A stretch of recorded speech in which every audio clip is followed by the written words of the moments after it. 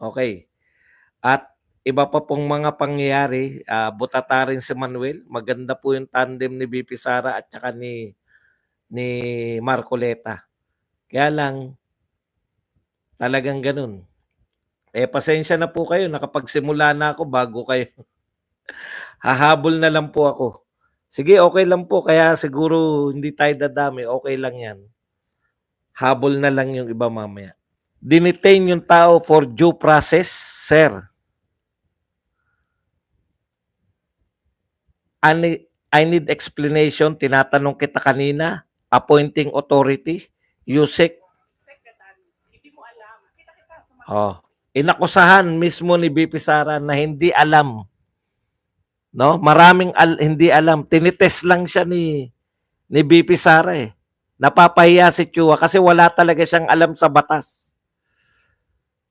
Dinideprive ninyo yung tao ng isa sa pinaka-basic na rights, yung malayang makapamuhay.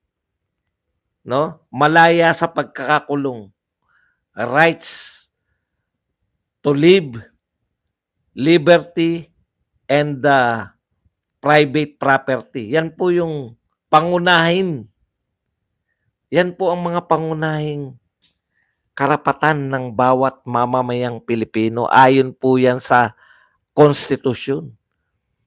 Ngayon, kung ito po ay tatanggalin mo sa isang tao, dapat napakabigat. Halimbawa po, right to live. Pwede mo lang tanggalin yan sa tao kung siya ay nanlaban. Alam niyo yun? Kung o kaya ipagtatanggol mo ang iyong sarili.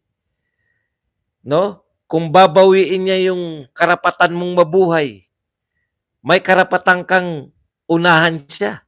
Kasi basic right mo yun eh, na mabuhay. Kaya may karapatan kang ipagtanggol yung buhay mo laban sa buhay niya. Yan lang po ang yung right to life, yun lang po yung pwede. Yung right to liberty po, talagang napakabigat ng kasalanan mo para ikaw ay mawalan ng kalayaan. Alam niyo po ba yung ibig sabihin ng mabigat? At ito po ay dumaan na sa proseso, no? Dumaan na po ito sa proseso ng hukuman. Hukuman lang po ang pwede magsabi na ikaw ay tatanggalan ng karapatang maging malaya. Hukuman ba si Castro? Hukuman ka ba, Chua? Tapos ang problema, hindi pa nga nila maipaliwanag kung bakit kinontempt. Dahil lang po sa sulat. Abogado yun. Alam niya yun na dapat hindi talaga magbibigay sa inyo. Tignan niyo epekto nang binigyan kayo. Kung ano-ano nakita nyo na hindi nyo naman alam i-interpret. Malay nyo ba riyan na tinago lang yung mga pangalan nun mga yun? Kaya nga hindi nyo makasuhan si BP Sara eh. Ng paglulustay, graft and corruption. No? Lagi lang kayo sabi na matibay ang ebidensya ng pinabura ni BP Sara yung paglustay. Yung sinabi ni Suarez, nagsalita siya, pina-strike niya. Bakit pumayag kayo? Kasi wala kayong ebidensya na nilustay. Kung pera po, pondo po ang pinag-uusapan at wala namang kayong bintang ng graft and corruption o mas mabigat pa yung plunder, ano pinag-uusapan natin? Yung proper handling lang? No? Napakatagal po ni Luistro alam niyo po, inip po ako. At gigil na gigil. Paulit-ulit. Anong uri ng bag? Paano nagkasya? Ilan ang bumuhat? Totoo ba? Gwardiya ba bumuhat? Puta, scripted talaga eh. Tapos, biglang ikaw, manager ka ng land bank. Gwardiya ba bumuhat? Hindi po, kasi bawal po yan. Napag-aralan na nila yung mga sasagot eh. Bawal pala yung gwardiya. Ngayon ko lang nalaman yan. Bawal pala yung gwardiya. Di dapat inamin na lang ni Acosta, ako po ang bumuhat, akong mag-isa. Yun ang gusto nila eh. Kita nyo si Paharda, ako po nagbuhat mag-isa. O di, wala na, inamin na niya, ako po nagbuhat, nilagay ko po dyan. Tapos, binigay ko kay Nolasco. O si Acosta ganun din, kaya lang may nervyos. May edad na, nininervyos na. Tinatanong ni Beatrix ng mga imposibleng katanungan.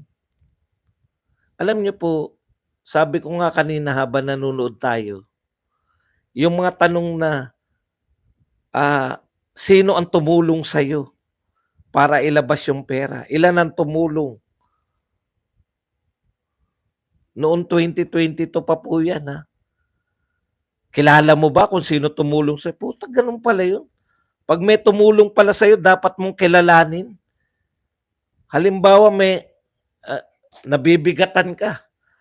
Dapat pala, ano pong pangalan nyo nga po pala? Baka tanungin ako ni Beatrix. Ha? Ano pong pangalan nyo? Yung hindi makapaniwala si Beatrix, malaking pera yan. Bakit mo ibibigay kay La Chica ba? Bakit mo ibibigay kay La Chica? Kasi po siya nakakaalam. Wala kang alam. Alam ko po mag-disburse. Alam ko po ang trabaho ko. Ikaw may pananagutan. Opo, ako po may pananagutan. Bakit mo binigay? Ikaw pala may pananagutan. Nagtiwala po ako. Ikaw may pananagutan? Opo, siya may pananagutan. Paulit-ulit. Buti pa, idemanda nyo na si idemanda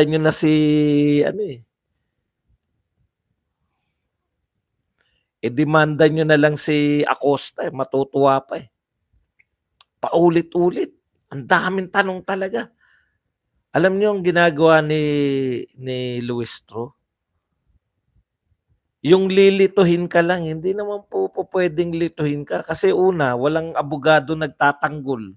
Objection po, nililito niya po eh. Tapos yung mga tanong, tama po si tinatanong ni Luis Tro si Acosta.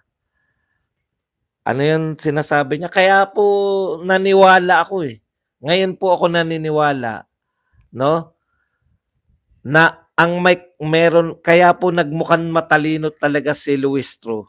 Ito po, paniniwala ko ha. Kaya po matalino si Luis Tro talaga dahil kay Dan Fernandez. Pinatalino ni Dan Fernandez ang lahat ng kanyang mga kasama. Pagkasama mo si Dan Fernandez, magmumukha kang matalino eh. Okay, balikan ko lang po yung punto ko. Ang tagal po. Sino nagbuhat? Kinausap pa yung land bank manager. Akala ko kung ano yung papel ng land bank manager, yun pala, yun lang. Kayo po ang bank manager, no? Natandaan nyo po ba na may nilabas na perang ganito? Di ko na po matandaan. Natandaan ko po yan. Ganito. May CCTV po kayo. Kung paano po na ilabas, CCTV na lang po. Mamaya si Acosta pa talaga nagbuhat nun eh. Superhuman pala yun. Ayaw niya lang ipahalata. Kaya po, hypothetical question. Hypothetical, kung ikaw ba yan, ibibigay mo ba yan sa hindi mo kakilala? Syempre hindi po. Di ba? Pero sila Chica naman, kilala niya. Kaya nga tinanong ni Marcoleta, di ba? Hypothetical, hindi po tatanggapin yan. Yung mga hypothetical question po, hindi po yan uubra sa batas. Kaya dun pa lang sabi ko, patay. It's either si Luis Tro talaga ay mahina or ginagamit niya yung akala niya walang may marunong sa batas, siya lang. Doon na lang tayo sa kaya siya nagmumukhang matalino. No? Kaya siya nagmumukhang matalino dahil kay Dan Fernandez, mas maganda pang pakinggan. Opo, tama po yun, may press con po si PRRD. Kaya okay lang po sa akin, nagsimula nga ako, konti lang eh. Kasi po alam ko po na do'n kayo manonood, okey lang po 'yan.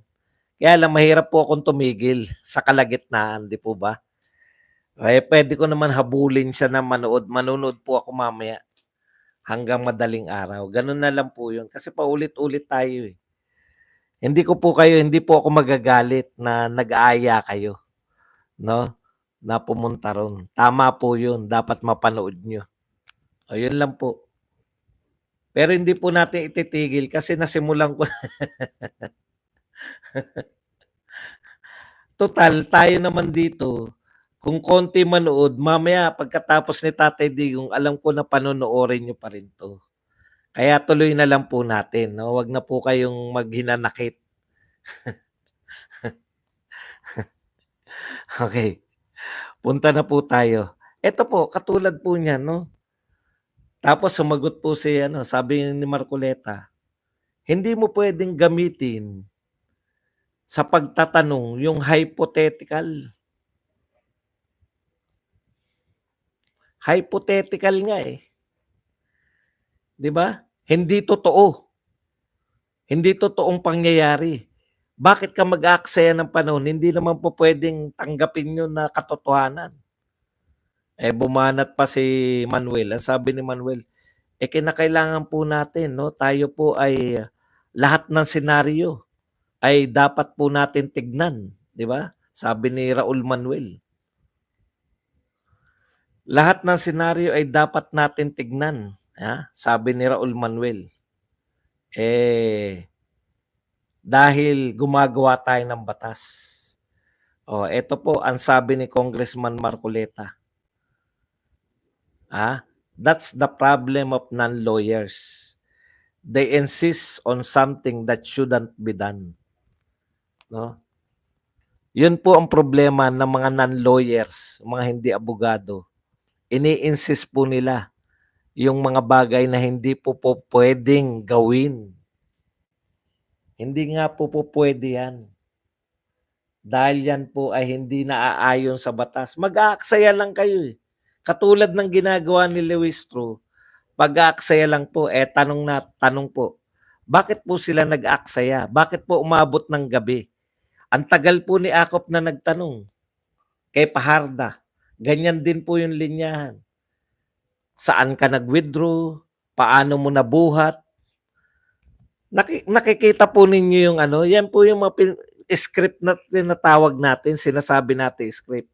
Ang script po nila, dalawa po nag-withdraw, eh, 'di ba? Dalawa yung ano yung sa kanila, SSDO.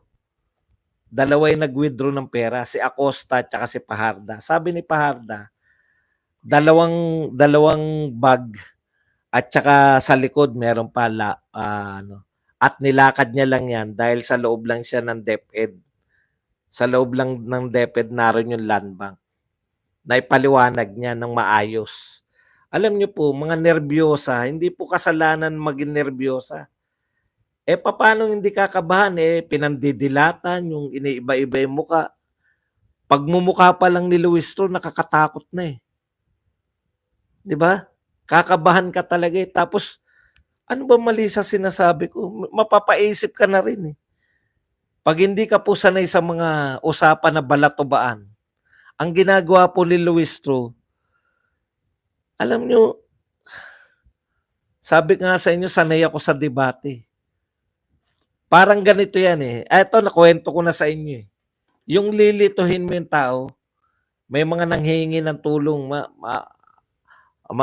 magandang araw po, manghihingi lang po ng konting tulong kasi po may namatayan sa'min. Lalabas ako, 'di ba? Ano yung sinasabi ko? Hindi po, Katoliko po kami. Lalabas sila. Hindi po nila naiisip kung ano yung sinabi ko. Dahil nalito na sila, hindi na sila mag-i-insist. 'Di ba? Ano, dahil hindi mo na yan po ang pinakamagandang halimbawa, kinuwento ko na sa inyo yan. Nakakalito po yan, eh. Meron po akong mga ginagawa na puwedeng hindi ka sinungaling pero puwede kitang lituhin. Lahat po ng abogado ganyan, eh. Kaya nga po dapat Unfair po yun na ang kalaban ng abogado, walang abogado.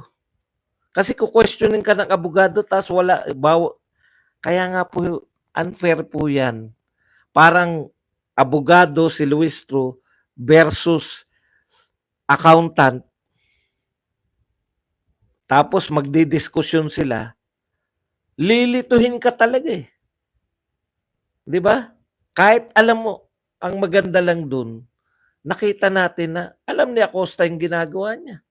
Simple lang naman yung sinabi ni Acosta eh. Ang problema ko, bakit gusto niyong lituhin yung inyong mga resource person? Ano yung purpose pag nalito? Lalabas na magnanakaw si BP Sara pag may nalito? O katulad niyan, nalito siya, nataranta at sinugod sa ospital. Wala namang matinong tanong. Ang tinatanong lang na, akala ko ba kanina? Nanunungkit lang, wala naman po talagang problema. Sinabi lang, kaya ano po yan? Akala ko ikaw ang gumagawa. Hindi po, binibigyan po ako ng pagkakagastusan niya. Eh di ba dapat ikaw ang gumagawa niyan? Ako nga po. O bakit siyang gumagawa? Di ba mali yun? Opo, mali nga po pa. Malilito ka talaga eh. Bakit galing po kay La Chica yung yung pagkakagastusan? O kasi nung una okay pa eh. Eh kasi po hindi ko po alam ang siya po may expertise. Siya may expertise. 'Di ba ikaw yung ikaw yung disbursing officer. Opo. Eh ba't siya may expertise? Wala na. Pag mga ganun ng line of questioning, pati sarili mo, pagdududahan mo eh. Oo nga no. Bakit ko binigay sa kanya yung pera? Yun po yun eh. Magda-doubt ka sa sarili mo. Ginagawa po yan para makita ng judge. Eh pero po kung judge yung titingin, alam niya po kung anong ginagawa ng mga lawyer. Kaya nga pagagalitan niya eh. Psst, kayong mga abogado kayo, huwag niyong lituhin yung Wala po nananaway kay Luis Troy. Liton-lito na yung ali. Hindi po kasi siya nga may karanasan eh. Eh di ba ikaw nakaban? Kanino ba nakaban? Sa akin po. Abit mo binigay sa kanya yung pera. Kasi po siya may karanasan eh. Alam niya yung gagawin niya. Ha? Wala na. Lito. Tapos magtataka bakit na-stress, bakit? Eh, kahit ako magaling, may stress ako. Eto, simple lang akong lituhin eh. Di ba? Kunwari, nag-uusap kayo. Halimbawa, ako, malituhin din ako eh. Pero hindi ibig sabihin na nagsisinungaling ako.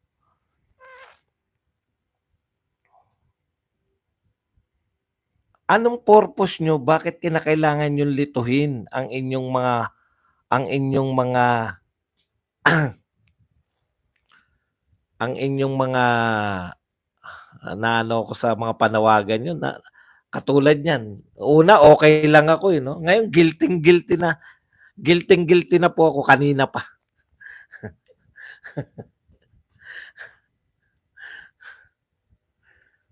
Okay. Hindi ako makano ng diskarte. Hindi ko po alam na may press conference. Di ba? Okay. Kung gusto niyo po, malaya po kayo. Huwag niyo na pong, sa akin, nakakailang paliwanag na po ako eh. May press conference, ako na po mag-announce. May press conference po ngayon si Tatay Digong kung gusto niyo po manood.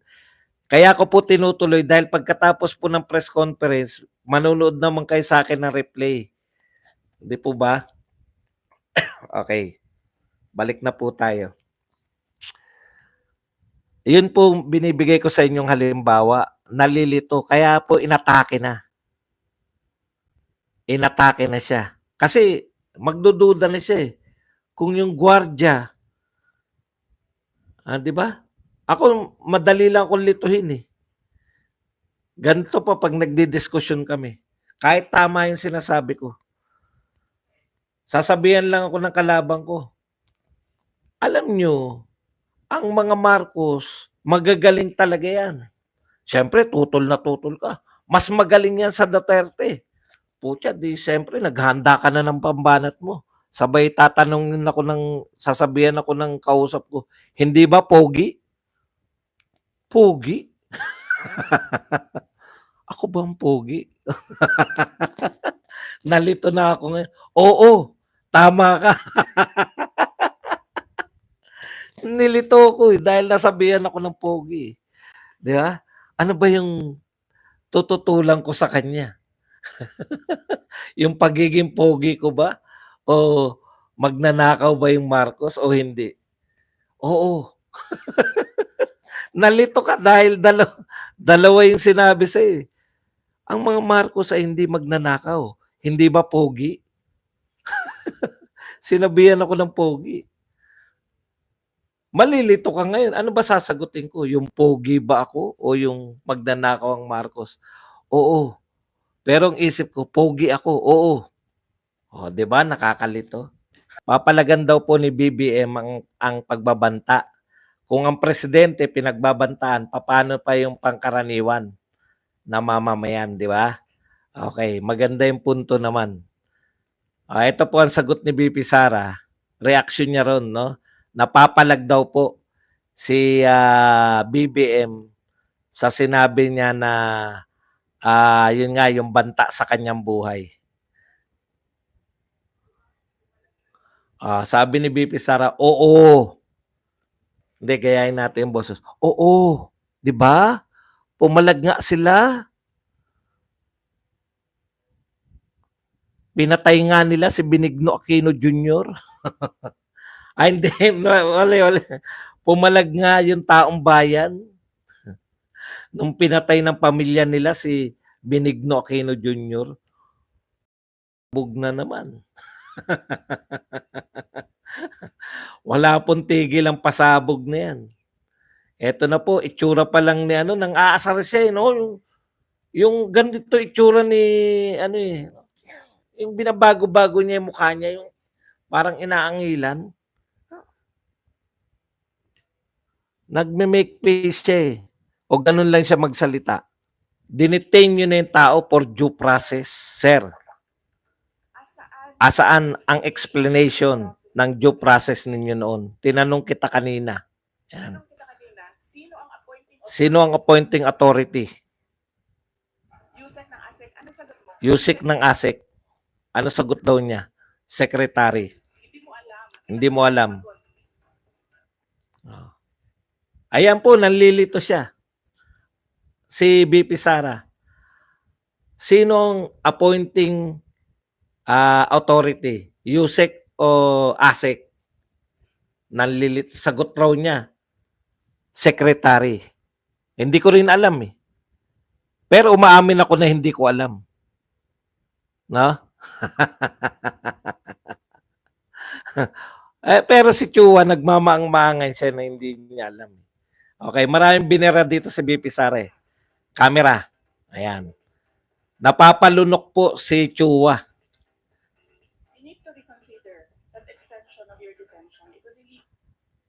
We need to reconsider the extension of your detention. In the first place, it is illegal. Di ba? Dapat i-reconsider daw po yung pag-extension ng detention ni Yusek. Dahil ito po ay illegal. Okay. In the first place. Nag-resign. Sino po nag-resign? Si Yusek na? You ask the president why he accept the resignation.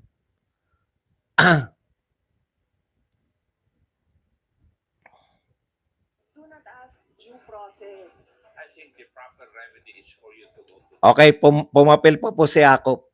Sabi ni Akop, I think the proper remedy is for you to go to court. Ano po sabi ni Pipi Sara? Do you want to know? Ito po bara niya. Sabi ni Akop, I think kinakailangan lumapit ka na sa korte. Proper, maganda yung maganda basahin. I think the proper remedy, ayon kay Akop, is for you to go to court. Ito po ang sagot ni BP Sara. You think the Filipino people, do you really want to show the Filipino people? Walang audio. Ako nga po nag-audio eh. Hindi nyo po siya mapapakinggan. The Filipino people kung anong kaalaman ninyo sa batas. Binara na naman sila. Kaya iba kasi yung handling ni Tatay Digong. Si Tatay Digong hindi nila mabare. Ang sinabi ko lang po, sundin po natin yung batas dito sa House dahil taga rito tayo. Sundin natin yung batas, tama. Parang sinasabi nila na may sarili silang batas eh. Kaya sila baradong-barado kay BP Sara. Yes, sir. Sundin natin ang batas. Why will you punish Yusek Lopez for an act of the president? Diba? Hindi, no?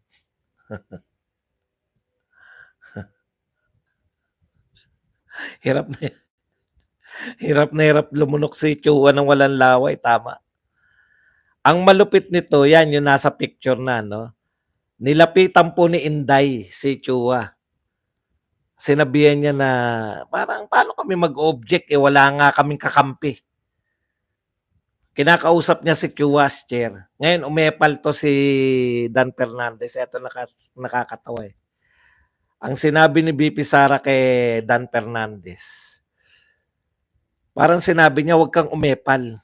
Kinakausap ko yung chair. You're not the chair. No, teka, gusto ko yung eksaktong sinabi niya. Ito po yung eksaktong sinabi niya. Narito sa thumbnail ko. Asa na ba yung thumbnail? You're not the chair. No? I'm talking to the chair. So, ginanon niya no?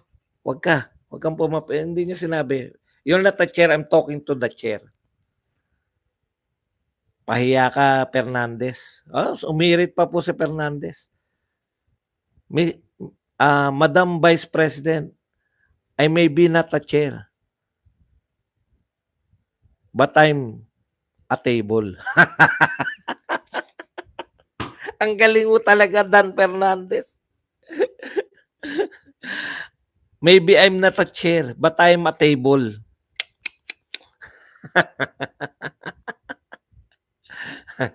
Okay. At sana namang corny joke. Pasensya na po kayo ha. Hindi ko po sinasadya na nasabayan natin si PRRD.